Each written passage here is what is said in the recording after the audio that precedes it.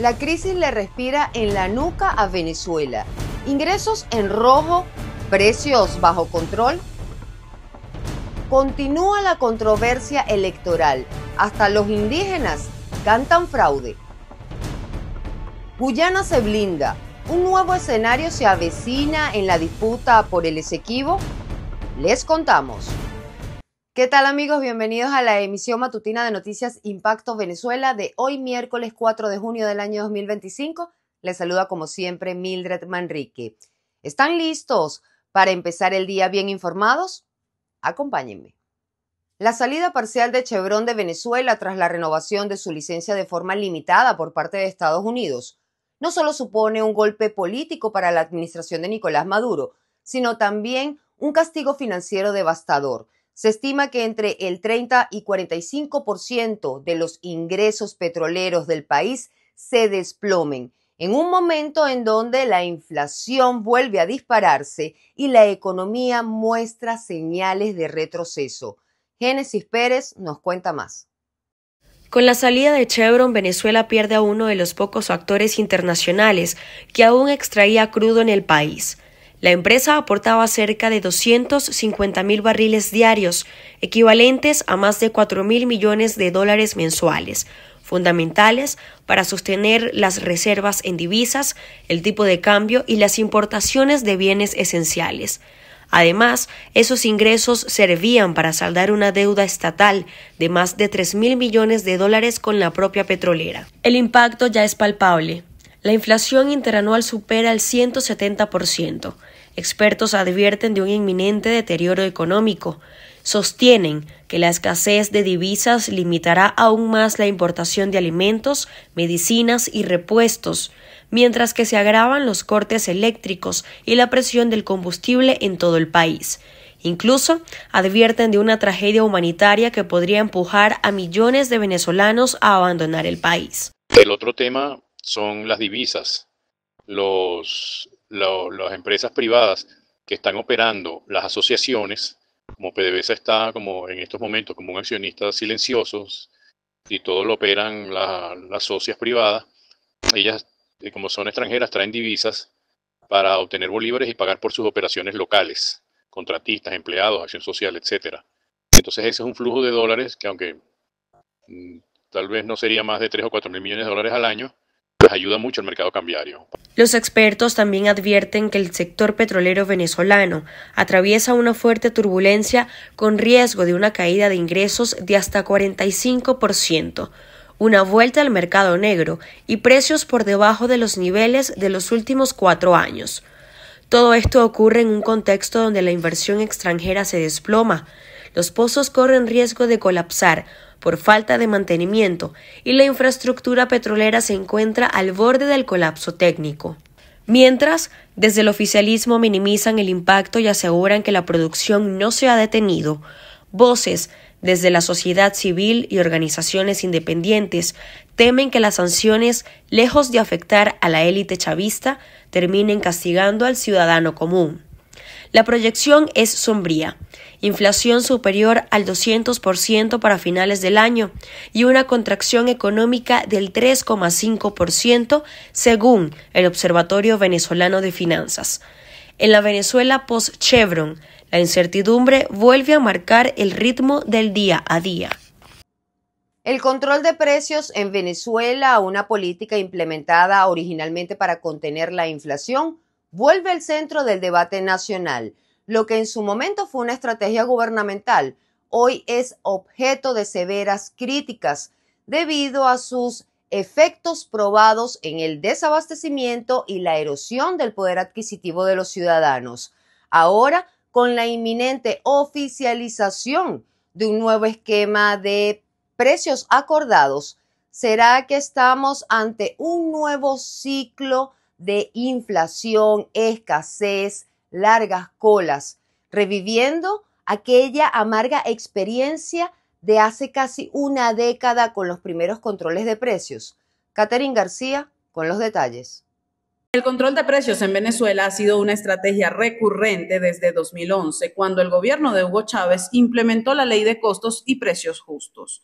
Esta medida buscaba frenar la inflación y garantizar el acceso a bienes esenciales, pero generó incertidumbre entre comerciantes y consumidores. En 2014, con la creación de la Superintendencia Nacional para la Defensa de los Derechos Socioeconómicos, mejor conocida como SUNDE, el control de precios se intensificó, estableciendo regulaciones más estrictas sobre productos básicos, lo que a su vez terminó en una crisis nacional. La posibilidad de un nuevo control de precios, sin lugar a dudas, no es una buena noticia, para nada. Tenemos que tener en cuenta que las presiones en los precios van a ser fuertes en los próximos meses. La salida de Chevron, la disminución en el flujo de divisas, la posibilidad de mayor volatilidad cambiaria, sin lugar a dudas, va a generar presión en los precios. Ojalá que el camino no sea más controles, de verdad. Ojalá que el camino sea otro. Cuando te digo el camino, es el camino de la política pública. Los controles de precios ya demostraron en Venezuela que no son efectivos, no solamente en Venezuela, en el resto del mundo. Que lo que generan es inflación, escasez, inflación y más distorsiones en una economía que ya tiene suficientes distorsiones. A lo largo de los años, el impacto de estas políticas ha sido controvertido. Si bien el gobierno ha defendido el control de precios como un mecanismo para evitar la especulación, los resultados han mostrado escasez de producto, mercados paralelos y una inflación descontrolada. Para este 2025, Ramón Lobo, diputado y presidente de la Subcomisión de Finanzas de la Asamblea Nacional, informó sobre un nuevo esquema de precios acordados para productos de primera necesidad que será publicado en Gaceta Oficial. Este modelo supuestamente busca estabilizar el mercado y frenar la especulación, pero enfrenta desafíos debido a la inflación persistente y la volatilidad del tipo de cambio. El control de precios es una de las herramientas más conmovedoras y encantadoras del mundo a nivel económico, más no así efectivas. Y el aprendizaje que ha tenido Venezuela a lo largo de muchos años es justamente que a nivel de control de precios, lejos de favorecer a la oferta de productos, lo que conlleva es a una espiral especulativa. Los precios empiezan a subir en mercados paralelos y lamentablemente en el anaquel donde la gente quisiera encontrarlo en el supermercado, lamentablemente no lo va a poder hacer. Actualmente la inflación en Venezuela sigue afectando el poder adquisitivo de la población con aumentos significativos en alimentos esenciales como proteína y lácteos. Y a pesar de los intentos de regulación, el país enfrenta una crisis económica prolongada donde el control de precios ha sido una herramienta de gestión con resultados mixtos. La efectividad de las nuevas medidas dependerá de factores como la estabilidad cambiaria y la confianza del sector productivo. Informó para ustedes Catherine García, Somos Impacto Venezuela. Amigos, es momento de la pregunta del día. De lunes a viernes la consiguen en todas las plataformas digitales de Impacto Venezuela. La de hoy es la siguiente. Emergen señales de preocupación en medio de un contexto de fragilidad con la salida parcial de Chevron de Venezuela y la implementación de un nuevo mecanismo de control de precios, que lejos de ofrecer soluciones, por el contrario, avisora una tormenta para la ya golpeada economía venezolana. Entonces, ¿existen mecanismos de resiliencia social y económica que puedan mitigar los efectos de una nueva recesión profunda? Argumenta tu respuesta, los comentarios están a tu disposición, te leemos en la emisión estelar. Mientras los ojos del país estaban puestos en los resultados de las regionales y legislativas del 25 de mayo, el chavismo en paralelo y calladito llevó a cabo una elección para repartir 3 curules de la Asamblea Nacional para los indígenas, sin registro electoral, sin testigos, sin sustitución de candidatos y con un Ministerio de Pueblos Indígenas controlado. Este proceso pasó por encima del CNE y así se cocinó otro capítulo electoral en nuestro país, pero esta vez con un nuevo rostro originario. Halim Naim con el reporte. La denuncia es contundente. Jesús Jiménez, el presidente de la organización OSIBU, lo resume así. No les permitieron acreditar testigos ni sustituir candidatos y nunca les informaron cuántos voceros participarían. El Ministerio de los Pueblos Indígenas asumió funciones que le corresponden al Consejo Nacional Electoral. Distribuyó la logística y hasta colocó a sus funcionarios como testigos de mesa. Una elección sin árbitro, pero con resultados cantados. No fueron unas elecciones. Fueron unas adjudicaciones, porque para que un evento político pueda ser calificado de elecciones, tiene que cumplir unas determinadas condiciones de integridad electoral, donde el Consejo Nacional Electoral también está totalmente parcializado, donde el Tribunal Supremo de Justicia, que es la última voz en materia constitucional, también trabaja para el gobierno, hacen que estas elecciones no hayan tenido las más mínimas condiciones de garantías electorales para que pueda ser considerada una elección. En total, 6.451 voceros presuntamente electos en asambleas previas que jamás fueron anunciadas escogieron a 3 diputados en nombre de casi 170.000 indígenas. Algunos de esos voceros eran alcaldes del PSUV, como Luis Caldera en Zulia. Para Jiménez, la elección fue manipulada desde adentro. Les avisaron los centros de votación con apenas horas de antelación y nunca pudieron ejercer contraloría. El resultado, asegura, era Vox Populi desde temprano. Todo quedó en manos del oficialismo. Esta elección se da días después, semanas después de la elección del 25 de mayo, y hay que recordar algo, se hace de esta manera porque en el 2015, cuando el gobierno perdió las elecciones parlamentarias, el gobierno desincorporó a los diputados indígenas del estado Amazonas y utilizó ese argumento para declarar a la Asamblea Nacional de Venezuela en desacato y para quitarle la mayoría absoluta a la oposición. El chavismo ha hecho las elecciones indígenas días después para tratar de asegurar algunas mayorías en el Parlamento. Le queda esta nueva carta para evitar que la oposición tenga control total del proceso. Desde 2020, el chavismo impuso un mecanismo de votación de segundo grado para los pueblos originarios, en abierta violación del artículo 63 de la Constitución. Aún así, organizaciones como CIBU decidieron participar para defender los pocos espacios que quedan. Hoy denuncian una elección nula, sin transparencia, sin soberanía indígena, y mientras el Consejo Nacional Electoral guarda silencio, los pueblos originarios siguen siendo usados, no representados. Esta elección indígena es una prueba más, una reafirmación más de que lo que hubo el 25 de mayo en el país no fueron elecciones, fueron adjudicaciones de cargos donde la cantidad de votos no eligió, donde el voto no importó. Para Impacto Venezuela, Halim Naim. Amigos, quédense conmigo, seguimos con más informaciones de interés en nuestra sección Impacto en 60 segundos. Venezuela en la mira. Guyana refuerza su defensa respaldada por el Caribe. Guyana oficializa su entrada al Sistema de Seguridad Regional RSS por sus siglas en inglés, un pacto de defensa colectiva que permite el uso de la fuerza en caso de agresión contra un Estado miembro. Esta decisión adquiere un significado crucial en medio de la disputa territorial con Venezuela por la región del Esequibo. El acuerdo faculta a Guyana a solicitar asistencia militar si percibe una amenaza a su seguridad, consolidando su postura de defensa ante el conflicto con Caracas.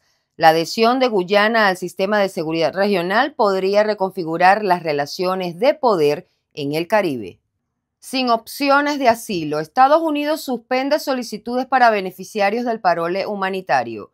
El Servicio de Migración de Estados Unidos paralizó las solicitudes de asilo para los migrantes venezolanos, cubanos, haitianos y nicaragüenses, acogidos bajo el programa de parole humanitario, una decisión que impacta a miles de personas en proceso de regularización. La medida surge en medio de un ajuste a la política migratoria y podría dejar a más de 500.000 migrantes en un limbo legal.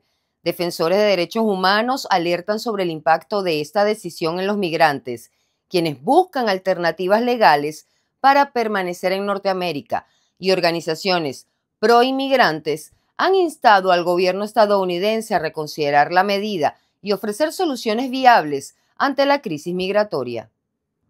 Tras varios señalamientos sobre su estado de salud, el presidente de Nicaragua, Daniel Ortega, reaparece, pero para condenar las redadas contra migrantes en Estados Unidos, una acción que calificó como persecución nazi, muy a pesar de los señalamientos similares que pesan sobre su gobierno. Veamos.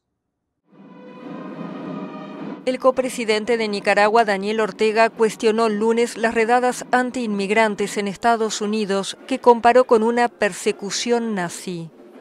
Y la pobre gente anda ahí huyendo, perseguida. Es algo terrible, terrible. Esto es como las persecuciones que hacían los nazis buscando cómo cazar a los israelitas en los diferentes países europeos que tenían ocupados. Ortega consideró la persecución contra los migrantes una tortura brutal en contra de los hermanos latinoamericanos al denunciar la separación de madres e hijos. Una persecución brutal, inhumana, que no tiene nada de democrática, ni de cristiana, sino que un comportamiento fascista. Las declaraciones de Ortega tuvieron lugar durante un acto de ascensos militares televisado por medios oficialistas, luego de varios días sin apariciones públicas y en medio de rumores sobre una supuesta enfermedad crónica del mandatario, de 79 años. Los rumores se desataron por su ausencia pública entre el 1 y el 24 de mayo, cuando fueron cancelados importantes actos conmemorativos del gobierno sandinista. El exguerrillero que gobernó Nicaragua también en la década de 1980 es acusado por sus críticos y por organismos humanitarios de instaurar una dictadura familiar junto a su esposa Rosario Murillo, de 73 años. La pareja aumentó el control sobre la sociedad nicaragüense luego de las protestas opositoras de 2018, cuya represión dejó más de 300 muertos, según la ONU, y que el gobierno consideró un intento de golpe de Estado patrocinado por Washington. Y así ponemos punto y final a la emisión matutina de hoy. Para más visiten www.impactovenezuela.com y nuestras redes sociales @impactove. No olviden además suscribirse a nuestro canal de YouTube, activar las notificaciones, compartir y por supuesto comentar. Ayúdennos a mantenernos conectados con ustedes. Soy Mildred Manrique, que tengan un excelente día. Nos vemos mañana con el favor de Dios.